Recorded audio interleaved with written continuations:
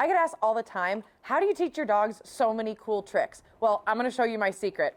The number one thing that I think you should teach your dog if you wanna do all sorts of cool tricks is luring. So being able to lure your dog and tell them where you want them to go at any point is the number one most important thing to get any kind of cool trick for your dog.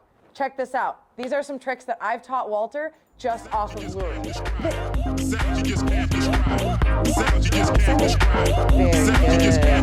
good.